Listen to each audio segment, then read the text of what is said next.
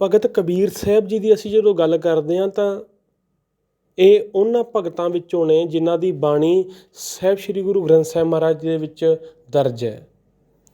ਇਤਿਹਾਸ ਦੇ ਮੁਤਾਬਿਕ ਭਗਤ ਕਬੀਰ ਸਾਹਿਬ ਦਾ ਜਨਮ ਬਨਾਰਸ ਵਿਖੇ ਹੋਇਆ। ਉਸ ਸਮੇਂ ਦੀ ਦੁਨਿਆਵੀ ਜਾਤਾਂ ਬ੍ਰਾਹਮਣ ਵੱਲੋਂ ਬਣਾਈਆਂ ਗਈਆਂ ਜਾਤਾਂ ਦੇ ਵਿੱਚੋਂ ਇਹਨਾਂ ਨੂੰ ਸ਼ੂਦਰ ਮੰਨਿਆ ਜਾਂਦਾ ਸੀ, ਦਲਿਤ ਮੰਨਿਆ ਜਾਂਦਾ ਸੀ, ਛੋਟਾ ਮੰਨਿਆ ਜਾਂਦਾ ਸੀ। ਪਰ ਕਮਾਲ ਦੀ ਗੱਲ ਵੇਖੋ, ਇਹਨਾਂ ਦੀ ਸੋਚਣੀ, ਇਹਨਾਂ ਦਾ ਗਿਆਨ, ਇਹਨਾਂ ਦੀ ਸਮਝ, ਇਹਨਾਂ ਦੀ ਅਕਲ ਇੰਨੀ ਡਿਵੈਲਪ ਸੀ ਕਿ ਵੱਡੇ ਤੋਂ ਵੱਡੇ ਲੋਕ ਵੀ ਇਹਨਾਂ ਸਾਹਮਣੇ ਆ ਕੇ ਝੁਕਦੇ ਸੀ ਅਤੇ ਇੱਕ ਮਾਣ ਮਹਿਸੂਸ ਕਰਦੇ ਸੀ। ਅਤੇ ਇਹ ਗੱਲ ਵੇਖ ਕੇ ਬ੍ਰਾਹਮਣ ਹਮੇਸ਼ਾ ਹੀ ਮੱਚਦਾ ਸੀ, ਸੜਦਾ ਸੀ, ਅੰਦਰੋਂ ਹੀ ਅੰਦਰੋਂ ਸੜਦਾ ਸੀ।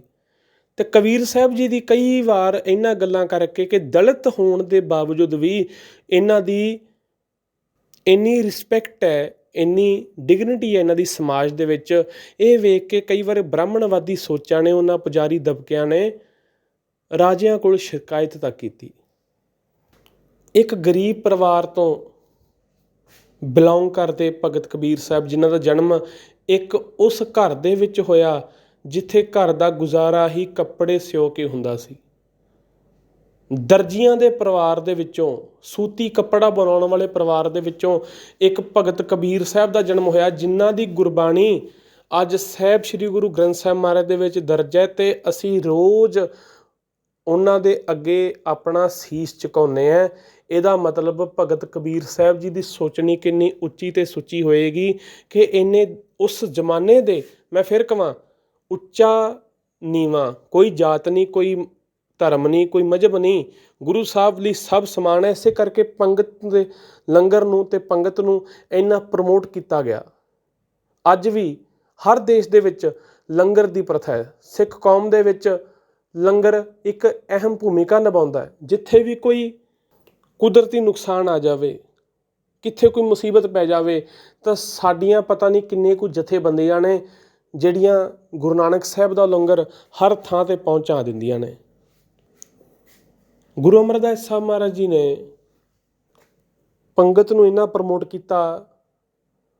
ਇਤਿਹਾਸ ਦੇ ਵਿੱਚ ਆਪਾਂ ਕਈ ਵਾਰੀ ਪੜ੍ਹਿਆ ਹੈ ਕਿ ਜਦੋਂ ਬਾਦਸ਼ਾਹ ਅਕਬਰ ਉਹਨਾਂ ਨੂੰ ਮਿਲਣ ਵਾਸਤੇ ਆਉਂਦਾ ਹੈ ਤਾਂ ਉਹਨਾਂ ਦੇ ਦਰਸ਼ਨ ਕਰਕੇ, ਉਹਨਾਂ ਦੀਆਂ ਵਿਚਾਰਾਂ ਸੁਣ ਕੇ ਇੰਨਾ ਮਨ ਉਹਦਾ ਨਿਹਾਲ ਹੋ ਜਾਂਦਾ, ਇੰਨਾ ਮਨ ਉਹਦਾ ਖੁਸ਼ ਹੋ ਜਾਂਦਾ ਹੈ ਕਿ ਮਰਿਆਦਾ ਦੇ ਅਨੁਸਾਰ, ਗੁਰੂ ਘਰ ਦੀ ਮਰਿਆਦਾ ਦੇ ਅਨੁਸਾਰ ਪੰਗਤ ਦੇ ਵਿੱਚ ਬੈਠ ਕੇ ਬਿਨਾਂ ਕਿਸੇ ਉੱਚੀ ਨੀਚੀ ਜਾਤ ਦੇ ਹਿੰਦੁਸਤਾਨ ਦਾ, ਭਾਰਤ ਦਾ ਬਾਦਸ਼ਾਹ ਪੰਗਤ ਵਿੱਚ ਬਹਿ ਕੇ ਪ੍ਰਸ਼ਾਦਾ ਛਕਦਾ ਬੜੇ ਮਾਣ ਦੇ ਨਾਲ। ਇਹ ਗੁਰੂ ਸਾਹਿਬ ਦੀ ਕਿਰਪਾ ਹੈ, ਇਹ ਗੁਰੂ ਸਾਹਿਬ ਦੀ ਸ਼ਖਸੀਅਤ ਹੈ, ਇਹ ਉਹਨਾਂ ਦੀ ਰੂਹਾਨੀ ਸ਼ਖਸੀਅਤ ਹੈ। It's the spiritual personality of Guru Sahib. ਅਤੇ ਭਗਤ ਕਬੀਰ ਸਾਹਿਬ ਦਾ ਵੀ ਸੇਮ ਅਸਰ ਲੋਕਾਂ 'ਤੇ ਹੋਣ ਲੱਗਾ। ਇੱਕ ਗਰੀਬ ਪਰਿਵਾਰ ਵਿੱਚੋਂ ਜਨਮੇ ਭਗਤ ਕਬੀਰ ਸਾਹਿਬ, ਜਿਨ੍ਹਾਂ ਦਾ ਪ੍ਰਕਾਸ਼, ਜਿਨ੍ਹਾਂ ਦਾ ਆਗਮਨ ਇੱਕ ਗਰੀਬ ਬ੍ਰਾਹਮਣ ਵੱਲੋਂ ਬਣਾਏ ਗਏ ਦਲਿਤ ਸ਼ੂਦਰਾਂ ਦੇ ਪਰਿਵਾਰ ਵਿੱਚ ਹੋਇਆ। ਅਤੇ ਉਹਨਾਂ ਦੀ ਸੋਚਣੀ ਕਿੰਨੀ ਉੱਚੀ ਸੀ, ਵੱਡੇ ਵੱਡੇ ਲੋਕ ਉਹਨਾਂ ਅੱਗੇ ਸਿਰ ਝੁਕਾਉਂਦੇ ਸੀ।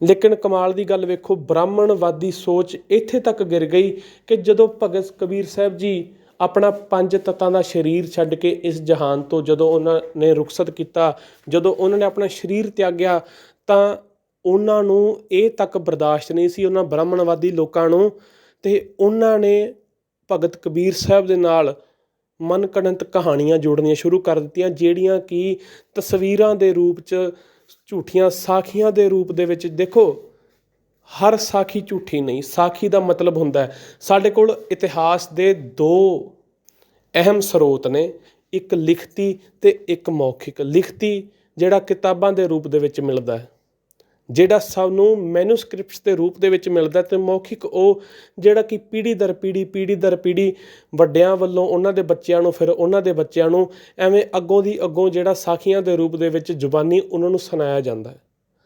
ਅਤੇ ਬ੍ਰਾਹਮਣਵਾਦੀ ਸੋਚ ਨੇ ਭਗਤ ਕਬੀਰ ਸਾਹਿਬ ਜੀ ਦੇ ਨਾਲ, ਜਿਹੜੇ ਕਿ ਇੱਕ ਇਨਕਲਾਬੀ ਵਿਚਾਰਧਾਰਾ ਸਮਾਜ ਦੇ ਵਿੱਚ ਲੈ ਕੇ ਆਏ, ਜਿਨ੍ਹਾਂ ਨੇ ਬ੍ਰਾਹਮਣਵਾਦੀ ਲੋਕਾਂ ਦੀਆਂ ਰਾਤਾਂ ਦੀਆਂ ਨੀਂਦਾਂ ਹੀ ਉਡਾ ਦਿੱਤੀਆਂ। ਸਟੇਟ ਦੀਆਂ ਅਤੇ ਬ੍ਰਾਹਮਣਵਾਦੀ ਲੋਕਾਂ ਦੀਆਂ ਰਾਤਾਂ ਦੀ ਨਿੰਦਰਾਂ ਉਡਾਉਣ ਵਾਲੇ ਭਗਤ ਕਬੀਰ ਸਾਹਿਬ ਦੇ ਨਾਲ ਐਡਾ ਵੱਡਾ ਉਹਨਾਂ ਨੇ ਬ੍ਰਾਹਮਣਵਾਦੀਆਂ ਨੇ ਖਿਲਵਾੜ ਕੀਤਾ ਕਿ ਉਹਨਾਂ ਦੀਆਂ ਕਾਲਪਨਿਕ ਤਸਵੀਰਾਂ ਅੱਜ ਵੀ ਕਈ ਘਰਾਂ ਦੇ ਵਿੱਚ ਵੇਖਣ ਨੂੰ ਮਿਲ ਜਾਂਦੀਆਂ ਨੇ। ਉਹਨਾਂ ਦੀਆਂ ਕਾਲਪਨਿਕ ਕਹਾਣੀਆਂ, ਕਿਸੇ ਕਹਾਣੀਆਂ ਅੱਜ ਵੀ ਬੜੇ ਪ੍ਰਚਲਿਤ ਨੇ ਅਤੇ ਉਹਨਾਂ ਦੇ ਵਿੱਚੋਂ ਇੱਕ ਹੈ ਜਿਹਦੇ ਵਿੱਚ ਦੱਸਿਆ ਜਾਂਦਾ ਕਿ ਭਗਤ ਕਬੀਰ ਸਾਹਿਬ ਨੂੰ ਬ੍ਰਾਹਮਣ ਨੇ ਜੰਜੀਰਾਂ ਨਾਲ ਬੰਨ੍ਹ ਕੇ ਗੰਗਾ ਦੇ ਵਿੱਚ ਸੁੱਟ ਦਿੱਤਾ ਅਤੇ ਉਹ ਮ੍ਰਿਗਸ਼ਾਲਾ ਦੇ ਉੱਤੇ ਬੈਠ ਕੇ ਬਾਹਰ ਆ ਗਏ ਅਤੇ ਇਹ ਵੇਖ ਕੇ ਬ੍ਰਾਹਮਣ ਨੇ ਆਪਣਾ ਸੀਸ ਝੁਕਾ ਦਿੱਤਾ। ਸਾਹਿਬ ਸ਼੍ਰੀ ਗੁਰੂ ਗ੍ਰੰਥ ਸਾਹਿਬ ਮਹਾਰਾਜ ਦੇ ਵਿੱਚ ਵੀ ਸ਼ਬਦ ਦਰਜ ਹੈ ਜਿਹਦੇ ਵਿੱਚ ਜ਼ਿਕਰ ਹੈ, ਗੰਗਾ ਕੀ ਲਹਿਰ ਮੇਰੀ ਟੂਟੀ ਜੰਜੀਰ, ਮ੍ਰਿਗਸ਼ਾਲਾ ਪਰ ਬੈਠੇ ਕਬੀਰ। ਹੁਣ ਸਾਹਿਬ ਸ਼੍ਰੀ ਗੁਰੂ ਗ੍ਰੰਥ ਸਾਹਿਬ ਮਹਾਰਾਜ ਦੇ ਜਦੋਂ ਅਰਥ ਕਰਨੇ ਹੋਣ ਤਾਂ ਇੱਕ ਗੱਲ ਤਾਂ ਬੜੀ ਸਪਸ਼ਟ ਔਰ ਕਲੀਅਰ ਹੈ ਕਿ ਇੱਕ ਹੁੰਦੇ ਨੇ ਅਰਥ, ਇੱਕ ਹੁੰਦੇ ਨੇ ਭਾਵ ਅਰਥ।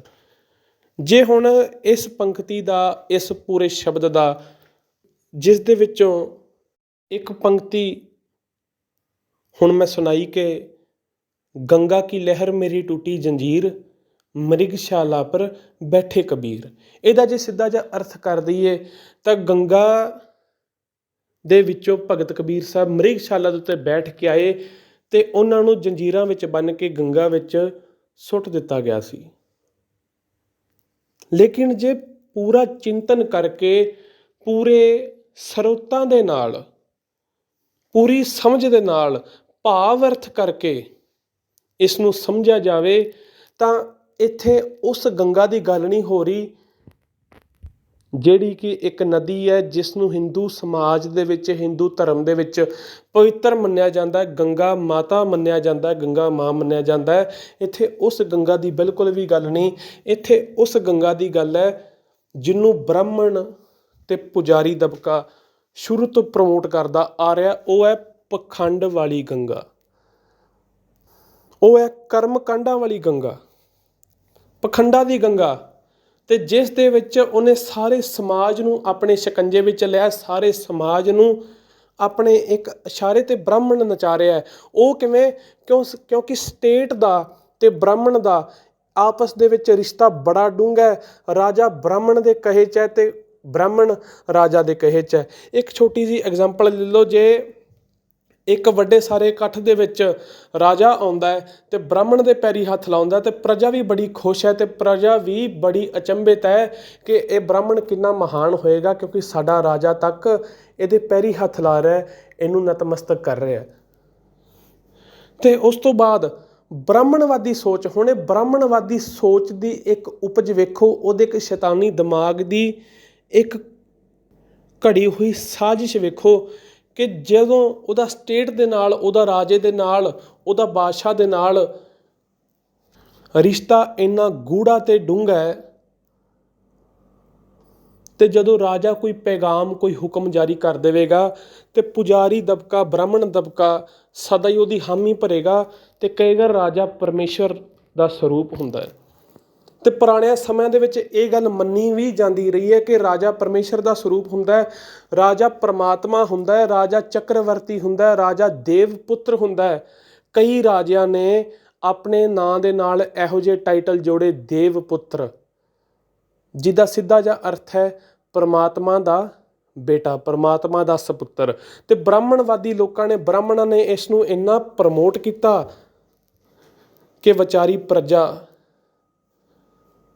ਸਦਾ ਹੀ ਦੁੱਖ ਸਹਿੰਦੀ ਰਹੀ ਅਤੇ ਇਸ ਗੱਲ ਤੋਂ ਹਮੇਸ਼ਾ ਅਣਜਾਣ ਰਹੀ ਕਿ ਸਟੇਟ ਅਤੇ ਬ੍ਰਾਹਮਣ ਕਦੇ ਵੀ ਉਹਨਾਂ ਦਾ ਭਲਾ ਨਹੀਂ ਸੋਚਦੇ। ਇਸ ਗੱਲ ਤੋਂ ਅਣਜਾਣ ਕਿਵੇਂ ਰਹੀ? ਕਿਉਂਕਿ ਉਹਨਾਂ ਦੇ ਦਿਮਾਗ ਦਾ ਵਿਕਾਸ ਹੀ ਨਹੀਂ ਹੋਣ ਦਿੱਤਾ ਗਿਆ, ਉਹਨਾਂ ਨੂੰ ਸਮਝ ਹੀ ਨਹੀਂ ਪੈਣ ਦਿੱਤੀ ਗਈ, ਉਹਨਾਂ ਨੂੰ ਸਿਖਾਇਆ ਹੀ ਨਹੀਂ ਗਿਆ। ਉਹਨਾਂ ਨੂੰ ਕੇਵਲ ਉਹ ਕਰਮਕਾਂਡ, ਉਹ ਰੀਤੀ ਰਿਵਾਜ ਸਿਖਾਏ ਗਏ ਜਿਨ੍ਹਾਂ ਦੇ ਵਿੱਚ, ਜਿਨ੍ਹਾਂ ਦੇ ਜਾਲ 'ਚ ਫਸ ਕੇ, ਜਿਨ੍ਹਾਂ ਦੇ ਚੰਗਲ 'ਚ ਫਸ ਕੇ, ਜਿਨ੍ਹਾਂ ਦੀ ਚਪੇਟ 'ਚ ਫਸ ਕੇ ਉਹ ਲੋਕ ਸਦਾ ਆਪਸ 'ਚ ਜਾਂ ਤਾਂ ਭਿੜਦੇ ਰਹਿਣ ਜਾਂ ਅੰਧ ਵਿਸ਼ਵਾਸ ਦੇ ਵਿੱਚ ਫਸੇ ਰਹਿਣ ਅਤੇ ਕਦੀ ਗਿਆਨ ਦਾ ਰਸਤਾ ਨਾ ਅਪਣਾ ਸਕਣ। ਅਤੇ ਭਗਤ ਕਬੀਰ ਸਾਹਿਬ ਇਸ ਤੋਂ ਉਲਟ ਚੱਲੇ। ਇੱਕ ਇਨਕਲਾਬੀ ਲਹਿਰ ਉਹਨਾਂ ਨੇ ਬਨਾਰਸ ਦੇ ਵਿੱਚ ਚਲਾਈ ਜਿਸ ਦੇ ਜ਼ਰੀਏ ਅਨੇਕਾਂ ਉਹਨਾਂ ਦੇ ਅਨੁਯਾਈ ਬਣੇ, ਅਨੇਕਾਂ ਉਹਨਾਂ ਨੂੰ ਮੰਨਣ ਲੱਗ ਗਏ, ਅਨੇਕਾਂ ਉਹਨਾਂ ਨੂੰ ਸੁਣਨ ਲੱਗ ਗਏ, ਅਨੇਕਾਂ ਉਹਨਾਂ ਦੇ ਵਿਚਾਰਾਂ 'ਤੇ ਅਮਲ ਕਰਨ ਲੱਗ ਗਏ, ਜਿਨ੍ਹਾਂ ਦੀ ਸਿੱਧੀ ਤੇ ਸਿੱਧੀ ਸਪਸ਼ਟ ਗੱਲ ਇਹ ਸੀ ਕਿ ਪੁਜਾਰੀ ਦਬਕਾ ਅਤੇ ਸਟੇਟ ਤੁਹਾਡਾ ਭਲਾ ਨਹੀਂ ਚਾਹੁੰਦੀ।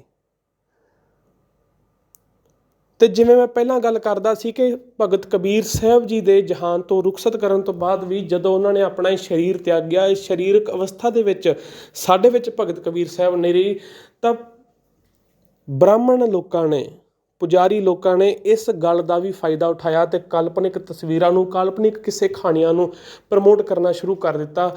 ਤੇ ਮਾफ़ ਕਰਨਾ, ਅੱਜ ਸਿੱਖੀ ਦੇ ਵਿੱਚ ਵੀ, ਅੱਜ ਸਾਡੀ ਕੌਮ ਦੇ ਵਿੱਚ ਵੀ ਇਹ ਕਹਾਣੀਆਂ, ਇਹ ਤਸਵੀਰਾਂ ਬਿਲਕੁਲ ਉਸੇ ਤਰ੍ਹਾਂ ਪ੍ਰਚਲਿਤ ਨੇ ਜਿਵੇਂ ਕਿ ਬ੍ਰਾਹਮਣਵਾਦੀ ਸੋਚ ਸਦਾ ਚਾਹੁੰਦੀ ਆ ਰਹੀ ਹੈ। ਤੇ ਇਸ ਸ਼ਬਦ ਦਾ ਭਾਵ-ਅਰਥ ਕੀ ਬਣੇਗਾ? ਇਸ ਸ਼ਬਦ ਦਾ ਭਾਵ-ਅਰਥ ਹੈ ਕਿ ਜਿਹੜੀ ਕਰਮ ਕਾਂਡਾਂ ਦੀ, ਜਿਹੜੀ ਪਖੰਡ ਦੀ ਗੰਗਾ ਦੇ ਵਿੱਚ ਬ੍ਰਾਹਮਣਵਾਦੀਆਂ ਨੇ ਸਾਰਾ ਸਮਾਜ, ਸਾਰੇ ਲੋਕ, ਸਾਰੀਆਂ ਜਾਤੀਆਂ ਦੇ ਲੋਕ, ਭਾਵੇਂ ਉਹ ਸਟੇਟ ਹੈ, ਭਾਵੇਂ ਉਹ ਵੈਸ਼ ਹੈ ਤੇ ਭਾਵੇਂ ਉਹ ਸ਼ੂਦਰ ਹੈ, ਉਹਨੂੰ ਆਪਣੇ ਕੰਟਰੋਲ ਦੇ ਵਿੱਚ ਰੱਖਿਆ ਹੈ। ਬ੍ਰਾਹਮਣ ਨੇ ਜੋ ਕਹਿਤਾ ਅਟੱਲ ਹੈ, ਕਿਉਂਕਿ ਬ੍ਰਾਹਮਣ ਨੂੰ ਦੇਵਤਾ ਮੰਨਿਆ ਜਾ ਰਿਹਾ ਹੈ। ਲੋਕੀ ਬ੍ਰਾਹਮਣ ਨੂੰ ਦੇਵਤਾ ਮੰਨਦੇ ਨੇ ਤੇ ਬ੍ਰਾਹਮਣ ਰਾਜੇ ਨੂੰ ਦੇਵਤਾ ਕਹਿੰਦਾ ਹੈ ਕਿ ਰਾਜਾ ਦੇਵਤਾ ਹੈ, ਰਾਜਾ ਪਰਮੇਸ਼ਵਰ ਹੈ। ਤੇ ਭਗਤ ਕਬੀਰ ਸਾਹਿਬ ਇਸ ਤੋਂ ਉਲਟ ਚੱਲੇ ਨੇ। ਤੇ ਜਿਹੜੀ ਗੰਗਾ ਦੀ ਇੱਥੇ ਸ਼ਬਦ ਦੇ ਵਿੱਚ, ਗੁਰੂ ਗ੍ਰੰਥ ਸਾਹਿਬ ਮਹਾਰਾਜ ਦੇ ਵਿੱਚ ਜਿਹੜਾ ਸ਼ਬਦ ਹੈ, ਉੱਥੇ ਜਿਹੜੀ ਗੰਗਾ ਦੀ ਗੱਲ ਕੀਤੀ ਹੈ ਉਹ ਉਸ ਅਗਿਆਨਤਾ ਦੀ ਗੰਗਾ ਦੀ ਗੱਲ ਹੋਈ ਹੈ, ਨਾ ਕਿ ਉਹ ਗੰਗਾ ਦੀ ਜਿਹੜੀ ਕਿ ਇੱਕ ਨਦੀ ਹੈ। ਮੈਂ ਪਹਿਲਾਂ ਵੀ ਇਸ ਗੱਲ ਦਾ ਜ਼ਿਕਰ ਕਰ ਬੈਠਾ। ਬ੍ਰਾਹਮਣਵਾਦੀ ਲੋਕ ਦੁਖੀ ਬਹੁਤ ਸਨ, ਉਹ ਪੁਜਾਰੀ ਦਬਕਾ ਦੁਖੀ ਬਹੁਤ ਸੀ। ਕਿਉਂ? ਕਿਉਂਕਿ ਉਹ ਨਹੀਂ ਸਨ ਚਾਹੁੰਦੇ ਕਿ ਲੋਕੀ ਅਵੇਅਰ ਹੋਣ, ਲੋਕੀ ਜਾਗਰੂਕ ਹੋਣ।